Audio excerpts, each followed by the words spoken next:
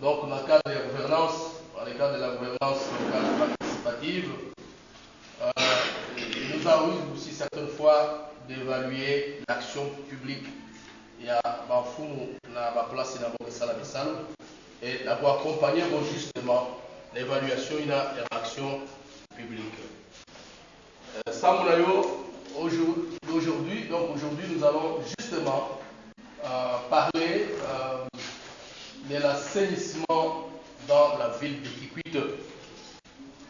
Alors, action publique est ensemble d'assainissement, mais recycle le programme Nayandi, il y a ça le fait ça là, yo que tu vas gagner la consultant, il y a dit l'un tout à Tibafoum parce que recycle qu'elle est dans l'opposition au Tibafoum, mais recycle qu'elle est pour salir ça pour participer au moins si Tibafoum, là la mettre là pour tout avoir, que peut sa éducation civique, éducation environnementale, éducation et nous on a mettre là zingu ya mtu la place là les zingaina. Yo ina bubu l'Antoine Bedlo, maire de ville, il va devoir nous parler de l'assainissement dans la ville de Kikwit. Et ici, plus précisément en ce qui concerne la salubrité publique. Il va partager avec nous les informations sur l'assainissement de la ville. Réseau d'éducation civique au Congo. À travers le pays, mais à la Kikwit, il y aurait accompagné des communes, il y a qui commune à Nzinga. L'anime a beaucoup à la maire de la ville, les tapés sans puis, parole à bourgmestre et à Loukemi. Nous cédons la parole à monsieur le maire de la ville pour partager avec nous sur le problème de l'assainissement. Monsieur le bourgmestre, monsieur les responsables des services étatiques, monsieur le responsable monsieur, madame, le responsable de RECIC, distingués invités, chers participants. Nous sommes d'abord reconnaissants au RECIC qui vient pour l'organisation de cet atelier, de ces débats. Ces débats relatifs à une matière très sensible dans notre vie. nous croyons que cette organisation de cet atelier, si on peut l'appeler ainsi, vient pour nous appuyer. Nous appuyer pour qu'ensemble, nous puissions voir ce que nous faisons déjà en matière d'assainissement dans notre ville, ce qui nous manque, et ensemble, nous puissions proposer des solutions. En matière d'assainissement, beaucoup d'efforts sont déjà fournis, mais nous semblons rester toujours au point mort dans notre ville. Parce que les reliefs d'abord de notre ville est l'une des causes des mauvais assainissements de notre ville, et aussi l'urbanisation. Notre ville ne connaît pas une bonne urbanisation. Depuis l'époque coloniale, les Belges, les premiers quartiers qu'ils ont lotis, ils ont essayé, avec les quelques maisons qui existaient, de faire une certaine urbanisation à la hauteur de la population qui existait en cette époque-là, les occupants de la ville. Il y a aussi actuellement ce qui nous freine aussi, c'est la mentalité, notre mentalité, nous-mêmes habitants de la ville. Quels sont les efforts que nous fournissons en matière d'assainissement pour appuyer les services publics ou pour soutenir les efforts que fournissent les autorités. Ensemble, ici, nous allons voir notre ville est butée à des érosions. C'est un sol, un relief qui est propice à des érosions. Et les érosions, parfois, les petites, on essaie de les couvrir avec des immondices, faute d'un système d'évacuation efficace. Notre ville, à l'instar d'autres villes de la République, qui fait face aussi à ces phénomènes d'insalubrité causés par les sachets plastiques, les emballages plastiques.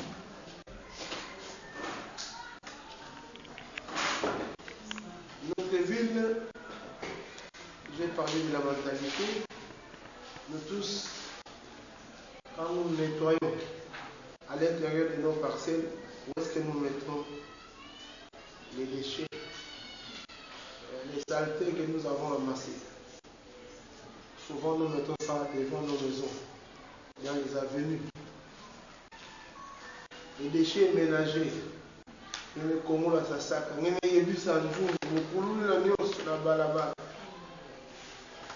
pour rentrer le soir parfois avec beaucoup de foufou en dessous de nos chaussures à la maison. Notre ville, à certains points, fait face à l'ensablement. Après chaque forte pluie, il y a l'ensablement de certaines parties de la ville. Il y a des maisons qui s'écroulent. Il y a des immondices qui s'entassent sur la voie publique.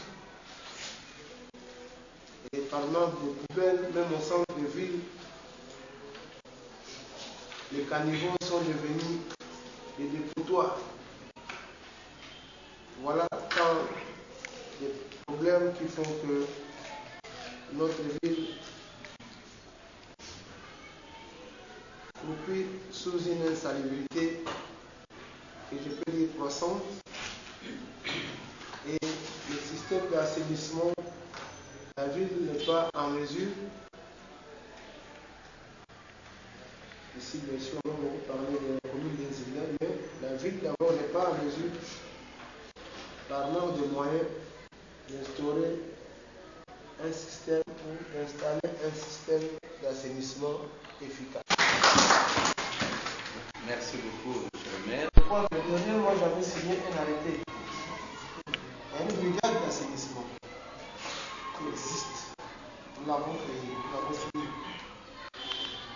Nous avons aussi décrété, souvent chaque vendredi, vous voyez les policiers circuler, les autorités, que ce soit les chefs de cellule, les chefs de quartier, les bourgmestres, les maires de la ville.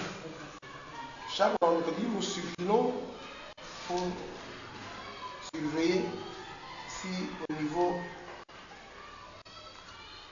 de la cité, de toutes les cités, que ce soit au plateau, en ville basse, dans toutes les communes, si les gens travaillent. Parce que nous avons déjà décrété la journée de vendredi,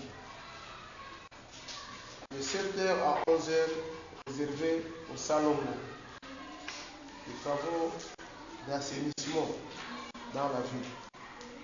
Je crois que il y a la police qui nous appuie chaque fois. Dernièrement aussi, il y a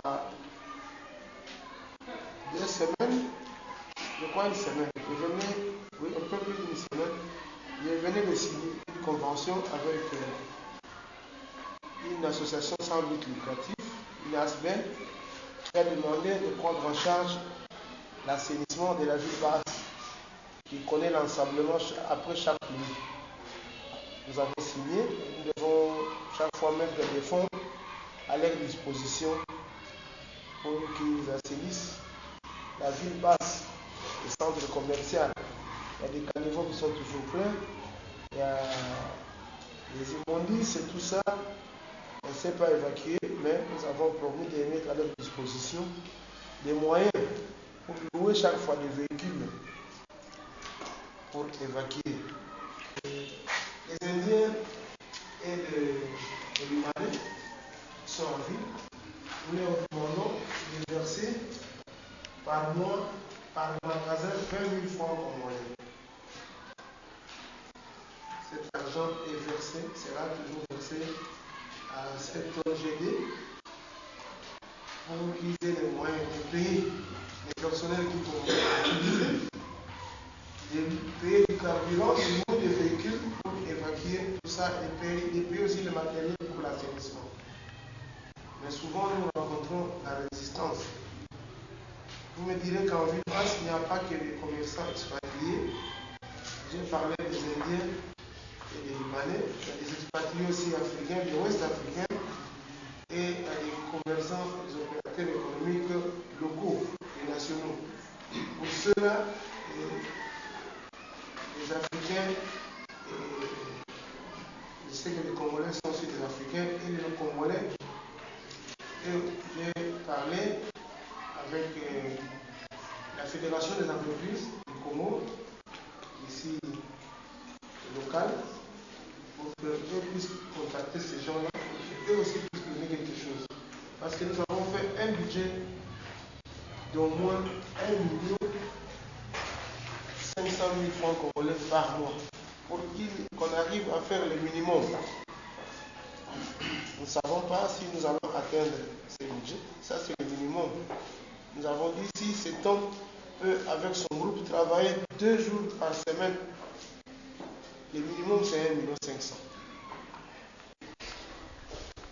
000. Il nous a partagé ses expériences, les efforts, la problématique d'abord.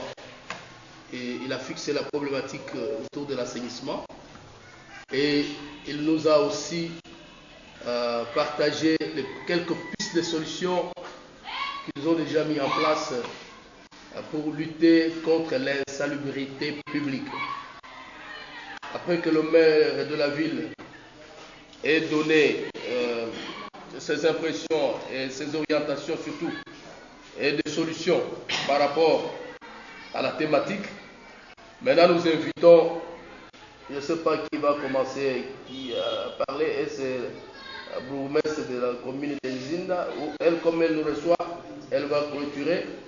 Nous passons la parole au bourgmestre de la commune de Lukemi pour nous dire ici quelle est sa politique ou quelle est la politique qu'il a mis en place pour donner des solutions par rapport à l'assainissement de sa commune. Mais ça ne sera pas encore terminé, vous le faites. Alors, je vais m'appliquer les jeunes pour m'expliquer ou me comprendre.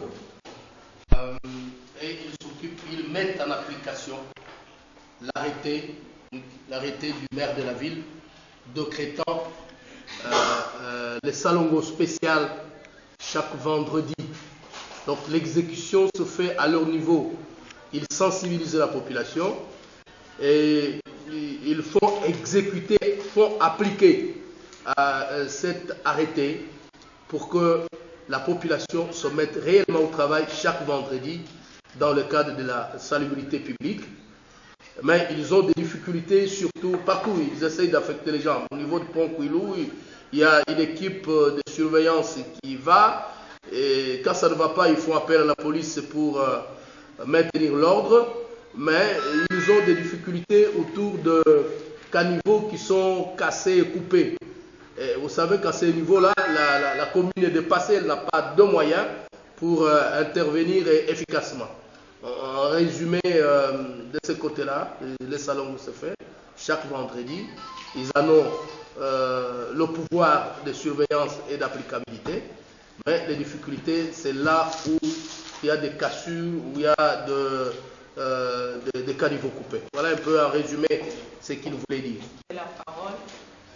Je ne vais plus répéter ce que le bourgmestre de Lukemi a dit. Mais nous, pratiquement, d'abord, on est buté devant 133 têtes d'érosion. C'est pourquoi nous nous sommes organisés par quartier, à l'aide des chefs de quartier et des groupes de jeunes. À Massamba, nous avons le père Kiré, nous avons un groupe là qu'on a initié qui est en train de travailler avec le groupe de jeunes. Et à Ndegezoulou également, nous avons un groupe. Ici à côté, nous utilisons souvent le groupe de jeunes de l'AJPIPA. Pour près, vous avez vu que si on n'avait pas fait un effort, déjà l'église de Sainte-Marie serait déjà écroulée. On a arrangé les caniveaux, on n'a pas attendu papa de l'ITPR. Nous nous sommes attelés avec nos moyens de bord. Et puis maintenant, on attaque la direction Moutan-Ouriza. Au début, là, c'était impraticable. Mais maintenant, quand vous sortez d'ici, vous pouvez marcher jusqu'à la grande route là-bas. Vous allez voir que tout est calme. À part la pluie qui a dérangé un peu, on va refaire encore. Donc, nous avons à côté de 523 Saint-Pierre, avec les serres de Saint-Pierre, ensemble avec les papas là qui travaillent à la banque, Papa Bisquette, nous avons aussi un groupe avec les jeunes. On a mis quelques jeunes pour le cantonnage manuel de chaque vendredi. Maintenant, quand vous allez vers Saint-Pierre, vous n'aurez plus de problème. Donc, il faut aller sur le terrain pour voir comment ça se passe le vendredi. Et puis, pour ne pas nous atteler sur beaucoup de choses, nous avons un morceau dur, donc il faut battre dur. Du côté des quartiers Kimwanga, avec les chefs de quartier aussi, nous avons le groupe de jeunes qui travaillent quand il plaît, quand ça ne va pas. Donc nous nous sommes organisés, nos 4 quartiers, avec le groupe de jeunes, parce que les jeunes ils ont encore de la force, ils nous aident. Et moyennant un petit rien, un savon ou quelque chose à manger pour les encourager, mais sinon c'est du bénévolat carrément. Je peux m'arrêter jusque là. Je ne sais pas si la maman adjointe aussi a quelque chose à compléter. Merci. Surtout pour nous avons sensibilisé nos 4 quartiers, surtout le quartier Lumbi. Nous avons 2 lits. Du côté Massamba qui est pénible avec les têtes de les jeunes s'efforcent chaque vendredi avec les chefs de cellule et plus les chefs de quartier pour entretenir des routes et pour aussi essayer de bien arranger des avenues qui étaient enclavées. Mais maintenant, ça va, les voitures peuvent passer pour aller vers le bas-fond. Ils lavent, ils les rejettent dans la réserve. Mais quand vous avez travaillé, vous repassez une semaine après, vous retrouvez la même saleté. Quand vous lui faites une remarque, bon, il n'a pas d'entêté, une qui va sale, mais avec ces langages-là, on ne va pas avancer. Mais si quelqu'un vous fait une remarque, c'est pour que vous changez et prochainement qu'on ne vienne pas trouver, c'est qu'on a trouvé la vie. Mais les gens n'ont pas cette culture. Vous lui dites quelque chose de bon et ils changent de leur manière. Donc il faut que la tête soit un peu lavée pour que les gens comprennent qu'il faut faire ça et ça. Donc maintenant c'est la population qui s'exprime par rapport aux différentes interventions. Oui, merci pour la parole. C'est ingénieur Machichi Christophe, ingénieur contrôleur aux ITP. Je crois que j'ai suivi avec attention les différentes interventions. Je peux me mettre debout? Oui, donc au fait, l'assainissement, les responsabilités sont partagées en deux volets. Le premier volet, c'est par rapport à l'État, donc les services étatiques. Et là où s'impliquent aussi les ONG et les privés. En deuxième volet, nous avons la population qui doivent aussi s'impliquer. Mais par rapport aux services étatiques, à l'État, ils sont les fils au moins conducteurs de l'assainissement. C'est-à-dire dans la sensibilisation, dans l'urbanisation de la ville et dans les systèmes d'assainissement. Mais ce système-là, l'assainissement, c'est facile de prononcer, mais ça demande beaucoup de moyens au niveau de l'État. Et c'est là où vous allez remarquer que la population ignorante taxe les services étatiques, notamment la mairie et les autres, des compétences. Mais je vous dirais que ça demande de l'implication directe du gouvernement central. Parce que les moyens que cela demande au niveau local, nous ne pouvons pas les trouver. Je peux vous donner un exemple. Les collecteurs des amis, c'est moi qui étais impliqué dans la production. Cela avait coûté 300 000 $. Et là, c'était le financement de la Banque mondiale. Pour finaliser Kavisen au niveau de la vallée, nous avions mené des études. Pour le reste des travaux, il fallait mobiliser 350 000 $. Et vous voyez que tout cela, avec un terrain accidenté que nous habitons, au niveau local, les autorités ne peuvent pas faire face. Mais nous devons plus recourir aux sensibilisations. Nous devons plus recourir au contrôle, c'est-à-dire mettre en place une équipe, un système de contrôle permanent. Et là, je fais allusion au deuxième volet des parties prenantes dans l'assainissement, la population. Parce que l'assainissement commence au niveau des ménages, avant que ça puisse sortir. C'est la population qui déverse les déchets au niveau des voies publiques. C'est la population qui déverse les eaux de pluie dans la voie publique. Et c'est celle qui est la première responsable de l'assainissement de nos milieux. C'est-à-dire, ils doivent prendre conscience. C'est là où le maire de la ville a parlé de mentalité. Tant que notre mentalité n'est pas encore nettoyée, nous aurons toujours le problème d'insalubrité. Et surtout, ça, c'est un principe pour les Africains. Partout où vous allez passer dans les pays où nous avons été, en Afrique, nous sommes victimes des mêmes problèmes. Donc, il faut une forte sensibilisation, il faut l'encadrement des eaux, des pluies au niveau des ménages, au niveau des parcelles. Il faut que la population comprenne que les voies publiques ne sont pas les poubelles pour jeter les saletés, les déchets. Parce que c'est ces déchets-là, les paix des voies d'assainissement que nous avons, les collecteurs, les terrassés, arrivent à être bouchés. Parce qu'on jette sur la rue et quand il y a l'eau de ruissellement qui arrive, ça amène toutes ces saletés qui constituent donc des charges et qui dépassent même la capacité de charge de nos collecteurs. Et conséquence, vous allez trouver la dégradation des collecteurs au niveau. Parce que ça prend des charges, au lieu que cela prenne seulement de l'eau, mais ça prend aussi d'autres corps étrangers. Très bien de formation. À propos de l'assainissement, je vais un peu revenir sur ce qu'a dit l'ingénieur Christophe, mais un peu de problématiques qu'il y a ici au niveau de la ville. D'abord, il y a d'abord l'insuffisance des ouvrages d'assainissement. Les ouvrages que nous héritons ici, c'est à partir de la colonisation.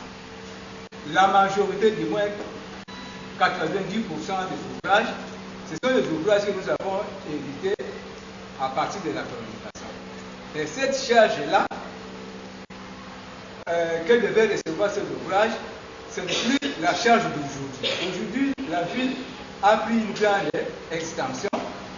La charge que doit supporter ces ouvrages-là, vraiment, enfin, ces ouvrages-là n'arrivent plus à supporter cette charge-là.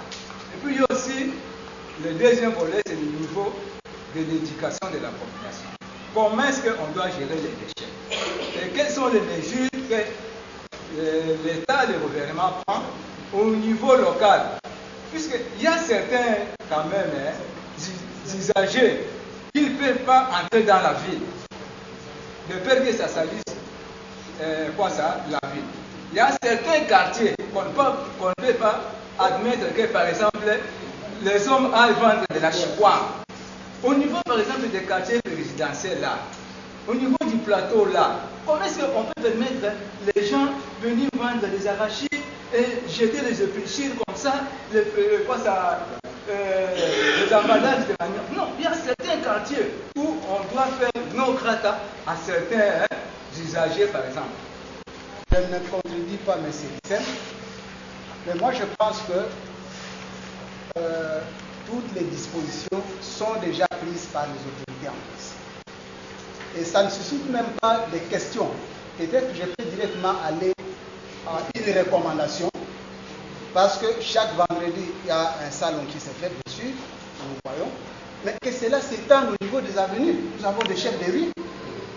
Est-ce que c'est l'autorité qui va quitter les bureaux administratifs sont carrés et puis venir surveiller? Moi, je ne pense pas que ça doit se passer de cette façon-là, d'autant plus que nous prenons la gouvernance participative, c'est-à-dire que et les autorités et la population doivent travailler en symbiose. Alors, je pense que c'est au niveau de la population, et je ne reviens pas sur la mentalité, même si on construisait des œuvres d'art en masse, tant que la population n'arrive pas à bien gérer ce qui existe, d'abord, ça sera difficile. Donc moi, je pense, à mon avis, que les contrôles ou les suivis doivent être faits au niveau des quartiers, des avenues, des rues, parce qu'il y a des représentants des autorités au niveau même local. Donc si les salons se fait au niveau de la ville, que cela soit aussi visible au niveau des avenues. Je vais m'atteler beaucoup au niveau des recommandations. Je reste dans la commune de Lukemi. Moi, je pense que je peux proposer comme une recommandation. Ça, nous avons toujours dit dans les différentes réunions. Si vous venez à 2 mètres de ma maison, vous allez voir une foule de sachets. Moi, je pense que le bourgmestre, tel qu'il est là, avec son groupe, on devrait d'abord supprimer tous les hangars qui se trouvent dans notre commune avec le cinéma, qui commence à 6 heures jusqu'à minuit. Ça, c'est un. Et puis, tout autour des ciné, vous allez voir des foules de sachets à 2 mètres de ma maison. Où est-ce que ces gens-là font pipi et les caca? Demain, venez faire la prospection à 2 mètres de ma maison, s'il y a seulement un WC, ou bien s'il n'y a pas de foule. Où est-ce que ces gens-là font pipi tout comme le WC? C'est une recommandation que je devrais suggérer dans notre commune. Il y a pas mal de foule dans notre commune. Moi, je pense aussi que l'État le bourgmestre qui est là devrait faire un suivi, soit mettre un mécanisme en place pour la journée de vendredi que la mairie a décrété pour les salons d'une façon spéciale. Moi, je pense que les habitants de Loukeni ne font absolument rien. Il y a plusieurs cours et que la commune devrait faire un suivi d'une façon exacte. À 2 mètres de ma maison, je ne peux pas respirer, il n'y a pas une toilette, il n'y a pas une douche, mais il y a un hangar de cinéma, ça commence à 6h jusqu'à 1h du matin. Il y a le problème de l'ensemblement de la ville, de la ville passée. Moi, je dirais que nous devons du moins faire effort pour qu'on cesse avec les constructions anarchiques. Là, il faut vraiment qu'on tape fort. Et du côté insalubrité, le maire a dit, on cherche des sachets. Je propose qu'on puisse mettre des poubelles publiques et puis un peu faire de la sensibilisation pour que les gens sachent jeter de la saleté dans les poubelles et après dégager ces poubelles et jeter. Il y a des ravins. Nos ravins ici sont des ravins hydriques. Il n'y a jamais de ravin à Banquiche, il y a des cultures qu'elle fait. Ce sont des ravins hydriques. On peut demander aussi à la population à bien gérer l'eau avant de la mettre. Donc, on peut avoir déjà tout à la Mamaboulou pour que Massa Bokota, là aussi, on intervient pour réduire les têtes des érosions qui nous menacent. Voilà. Ce que je voudrais dire, on appelait du Mwanga dans le temps les quartiers de bandits. Mais aujourd'hui, là où je vous parle, ce sont des jeunes qui se donnent la peine pour n'est-ce pas, pour travailler là-bas. Surtout, je félicite les cellules pour Bangela qui a sensibilisé, n'est-ce pas, les jeunes pour qu'ils puissent se donner, n'est-ce pas, dans le travail. Chez moi, à Kimwanga, les jeunes travaillent le dimanche, mais pas les vendredis. Chaque dimanche, les jeunes se donnent la peine pour aller travailler. Alors, ce n'est plus Kimwanga. D'ailleurs, ce que Mwanga il quitte ici d'un giga.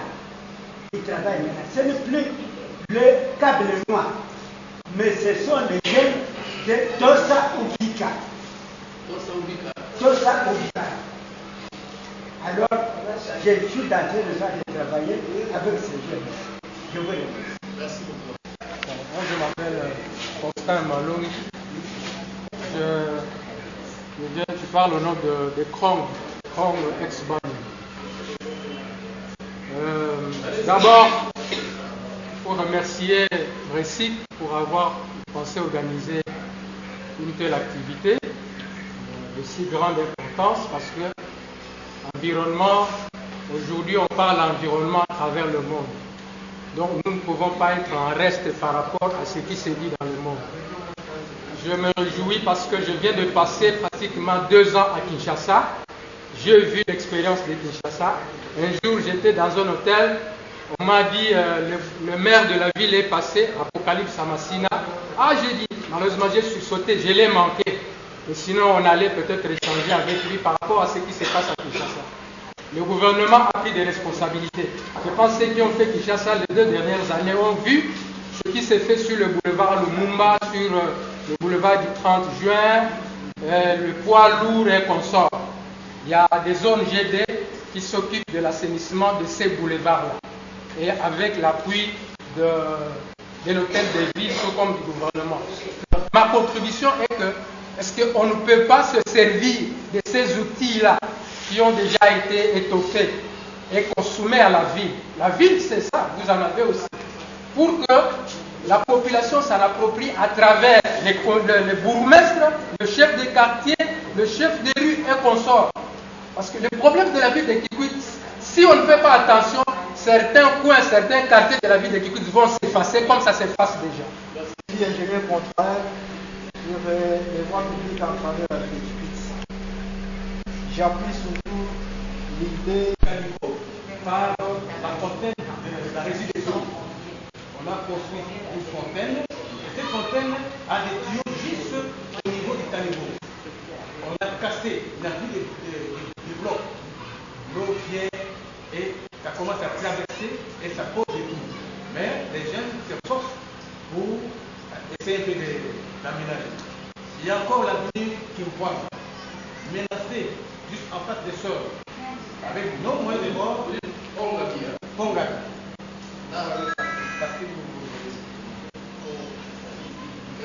Devant, toujours par les eaux, les eaux de résidus des eaux. Quand le tuyau se déplace, l'eau sort et même parfois passer à de l'eau, le ruissellement qui a essayé de casser les blocs qui sont.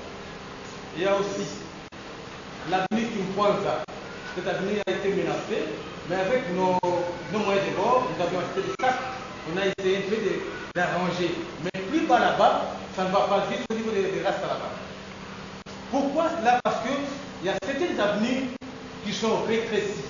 Vous prenez l'exemple de l'avenue Mbandaka. Chez le docteur Moussouaï, vous voyez que l'avenue est rétrécie. Ils ont mis des murs. Quand vous allez plus bas là-bas, l'avenue garde sa dimension. Et au boulevard, l'avenue est devenue une plantation. J'ai suivi avec intérêt, beaucoup d'attention le maire de notre ville d'Équipite, mais aussi le bourgmestre, les interventions des uns des autres. Selon le maire de la ville, la situation de la gestion des déchets est complexe. Complexe parce que exige plusieurs acteurs, exige beaucoup de moyens. Ce qui rend cette activité complexe et même difficile. Mais d'ores et déjà, je voulais vous orienter d'abord à comprendre le sens pourquoi aujourd'hui on doit s'y mettre dans l'éducation, dans la sensibilisation en ce qui concerne l'assainissement de la ville, et surtout la ville d'Équipite. Déjà comme étudiant, j'étais au Cameroun, j'avais vu à l'internet plusieurs ravins. Il y avait une forte pluie et il y avait beaucoup de ravins. C'était sur internet, quelqu'un avait balancé des images. Et je ne me suis pas arrêté, j'avais à ce moment-là écrit un article. La ville d'Équipite en voie de disparition. À qui la responsabilité? Le modérateur vient de le dire tout à l'heure qu'il s'agit d'un problème de responsabilité, mais aussi un problème technique. C'est-à-dire lorsqu'il s'agit d'un problème technique, un problème de responsabilité, ce n'est pas une activité d'amis, ce n'est pas un club d'amis. Pour dire que bon, voilà, le jeune, je suis avec le jeune, il travaille quelque part, il a les ravins, on leur donne quelque chose et il faut faire quelque chose.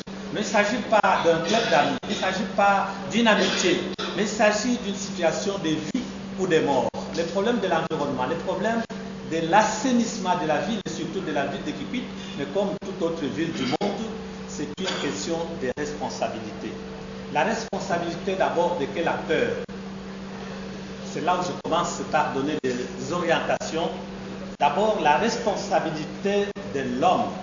L'homme, pas comme l'État, l'homme, pas comme société civile, mais l'homme comme individu. Moi, Théo, quelle est ma responsabilité face à la gestion de l'environnement?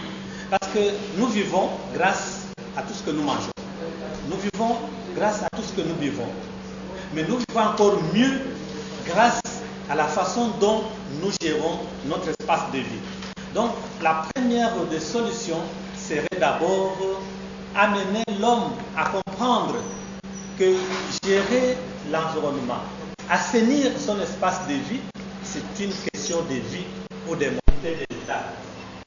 Et l'État, à travers ses divers services, l'État, nous savons, il promulgue les lois, mais il doit aussi les faire appliquer et les faire respecter.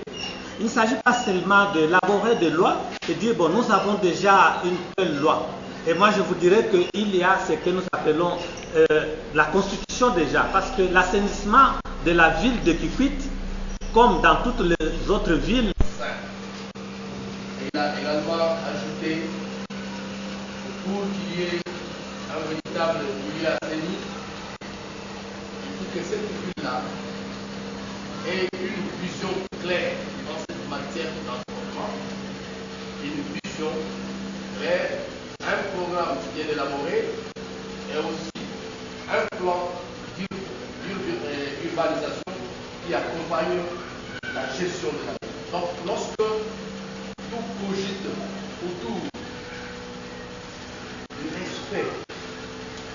de la loi qui garantit nos citoyens ou la population à vivre dans un environnement sain. Lorsqu'également, dans une ville, l'autorité a mis en place, a une vision comme actuellement, nous parlons souvent de la gare. La gare, c'est la gestion axée sur le résultat. On dit, vous devez avoir, quelle est votre vision, comme je vous ai dit, dans 3 ans, qu'est-ce que nous voulons faire de la ville? Dans 5 ans, qu'est-ce que nous comptons faire de la ville? Sur le plan économique, sur le plan environnemental, sur le plan, tous ces plans-là, avec des thématiques bien établies, qu'est-ce qu'on peut faire? Mais en ce qui nous concerne, on dit pour l'environnement, quelle est la vision? Donc il faut une définition claire de la vision de la ville. Il faudrait également un programme bien élaboré, un plan d'assainissement bien établi et bien élaboré.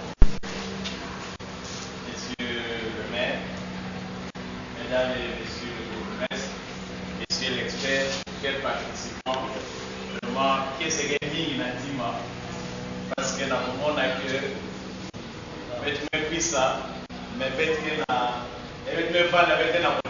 vraiment je suis convaincu que l'évangile à l'esprit me compte déjà, c'est que ce qui se fait là nous réconforte et refait savoir qui est pour nous en Amérique. Parce que maintenant, même pour les premières années, il y a existence avec l'antenne avec officiellement la République.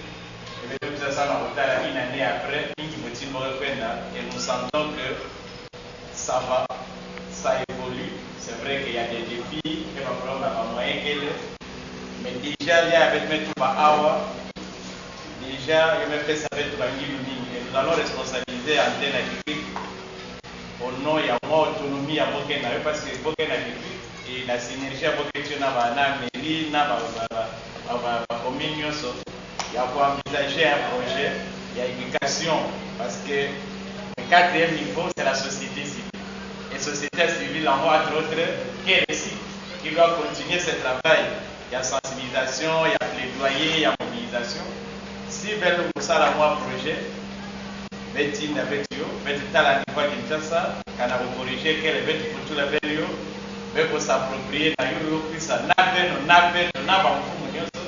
nous cherchions des moyens pour que le programme d'assainissement et l'éducation à l'assainissement de la ville République, vraiment, fait qu'on a pas qu'on a ma et que ce soit un des programmes phares de la ville à Kinshasa. Mais pour le reste, en tout cas, merci à la participation à l'appel.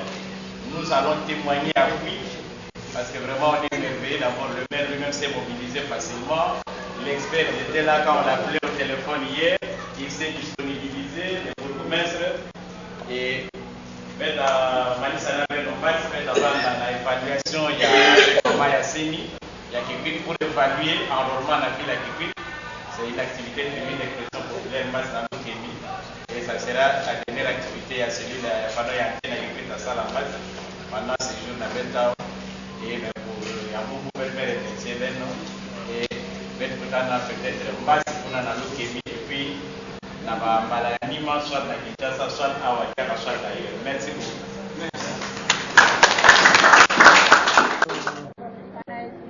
Nous sommes contents de cette activité qui vient de se terminer.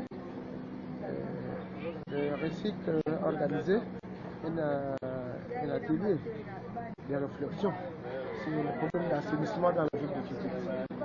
On en a parlé, on a relevé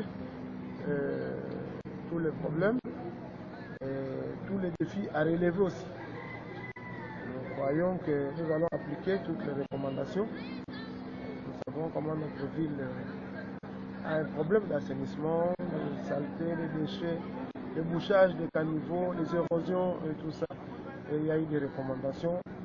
Et nous croyons que nous aurons le cahier des recommandations et nous allons chercher petit à petit même un projet à long terme parce que l'assainissement ça demande des moyens. Nous avons vu à Kinshasa quand l'Union européenne s'est désengagée et immédiatement il y a eu des tas, des tonnes d'immondices qui traînaient dans la ville. Nous n'avons aucun appui. Nous battons avec nos maigres moyens, mais nous arrivons un peu à survivre, mais c'est question de faire un programme. Le jour où il y aura des partenaires, ou même le gouvernement sera à mesure de nous aider efficacement, et ça ira. adjoint ya commune ya Nzinda betikezo yulange en tant que mfumu ya commune inki mutindo ngeke bakisa bisalu ya recycle na commune nange banda bome banda kusala bisalu na bo ya sensibilisation na commune nange. Merci bilange tuvajina na munu mama bourgmestre Nelly Mafuta pour bourgmestre adjoint ya commune Nzinda. En tout cas, recycle est bienvenu ça mon commune Nzinda. Landi la bisalu na bo aboke sala. En tout cas, peut-être que c'est mingi, surtout ça mon formation, sur ma caméra roulement. En tout cas, peut-être ça là, je pense 3 séances bon na commune Nzinda, na ba chef à quartier, na betu ba chef à cellule, ti betu moshi na population ya Nzinda. Ya betu ça là, ba formation na sensibilisation, ye yo kwenda kampi. Na kupesa résultat ya mbote ya bana ya population ya Nzinda mais kwenda ça la roulement. Ok, merci. La thématique d'aujourd'hui sur l'assainissement de la ville de Kikwit est une thématique d'une grande importance. Et comme je l'ai dit dans la salle, c'est une question de vie ou de mort. On ne peut pas vouloir continuer à vivre lorsqu'on n'assainit pas son milieu. On ne peut plus continuer à investir dans le développement. Et aujourd'hui, on parle de plus en plus de développement durable sans toutefois parler de l'environnement. Donc, c'est que la ville de Kikwit, qui est notre ville et qui est au fait le miroir de la province du Kwilu, devait de plus en plus s'engager avec un plan précis, avec une vision claire, avec un programme bien élaboré pour que Kikwit devienne. Parce que la thématique, le maire de la ville en a parlé, il y a les problèmes des érosions, il y a les problèmes des immondices, il y a les problèmes de pollution sonore. Tout ça, ça nécessite un vrai programme, une vraie vision pour que Kikwit devienne une ville qu'on peut facilement dire une ville vivable, habitable, et ainsi de suite, comme on aime le dire. Sinon, il faut continuer avec la sensibilisation, il faut continuer avec l'éducation, parce que c'est de là où passera justement la compréhension du problème de l'environnement. Aussi longtemps que la population n'est pas éduquée et n'est pas sensibilisée, les gens resteront dans l'ignorance. Et pourtant, l'ignorance tue.